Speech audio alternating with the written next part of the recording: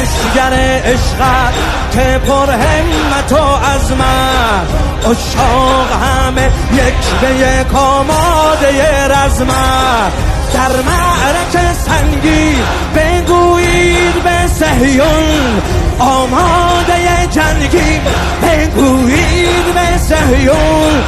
در حمله ما یک اثر از دیو نماند، یک خانه سالم به تل آویو نماند، یک خانه سالم به تل آویو نماند.